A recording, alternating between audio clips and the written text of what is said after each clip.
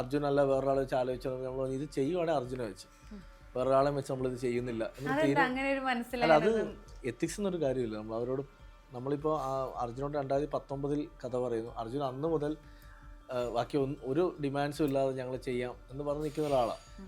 ആനസിബാർ അടക്കമാണ് അർജുൻ പറഞ്ഞത് ചേട്ടാ അടുത്തത് നമുക്ക് അത് ചെയ്താലോ. അപ്പോൾ അന്ന് മാളികപ്പുറം കഴിഞ്ഞിട്ട് നിൽക്കുക വിഷ്ണു ആയാലും ഞാനായാലും ഞങ്ങളുടെ കോമ്പിനേഷൻ അടുത്ത സിനിമയ്ക്ക് ആ ഒരു ഡിമാൻഡുണ്ട്. അപ്പോൾ അത് അർജുൻ ഞങ്ങളുടെ ഇങ്ങോട്ട് ചോദിച്ചേട്ടാ അത് എനിക്ക് തരുമോ നമുക്ക് ചെയ്താലോ എന്ന് ചോദിക്കുമ്പോൾ നമുക്ക് ചെയ്യടാ. അതുകൊണ്ട് അതിനുശേഷം ഞങ്ങൾ പ്രൊഡ്യൂസറെ അപ്രോച്ച് ചെയ്യുന്നത്. പ്രൊഡക്ഷനിലേക്ക് പോയപ്പോഴും ആ പ്രൊഡ്യൂസർ ഞങ്ങളുടെ കൂടെ തന്നു. അങ്ങനെയാണ് ഇതൊരു 15 കോടിയോളം ബഡ്ജറ്റിൽ 15 കോടിയാണ് ഇതിന്റെ ബഡ്ജറ്റ്. ആദ്യം ഇപ്പൊ നമുക്ക് മാളികപ്പുറത്തിന് മുൻപായിരുന്നെങ്കിൽ ഒരിക്കലും ഒരു പുതിയ മാളികപ്പുറമാണ് ഈ പടം ഞങ്ങൾക്ക് മാക്സിമം ഒരു 4 കോടി 5 കോടിക്ക് ചെയ്യാൻ പറ്റത്തുള്ളൂ. അതിനപ്പുറത്തേക്ക് ഒരു പ്രൊഡ്യൂസർ ഞങ്ങൾ വിശ്വസിച്ച് വരില്ല.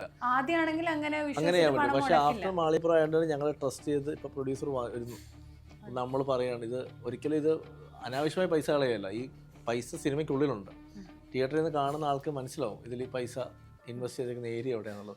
86 ദിവസം ഷൂട്ട് ചെയ്തു. അതിൽ തന്നെ മെജോറിറ്റി ഷൂട്ട് ചെയ്ത നൈറ്റിലാണ്. അപ്പോൾ അത് എക്സ്പെൻസ് വളരെ കൂടുതലാണ്. പിന്നെ 36ഓളം ആർട്ടിസ്റ്റുകൾ സിനിമയിലുണ്ട്.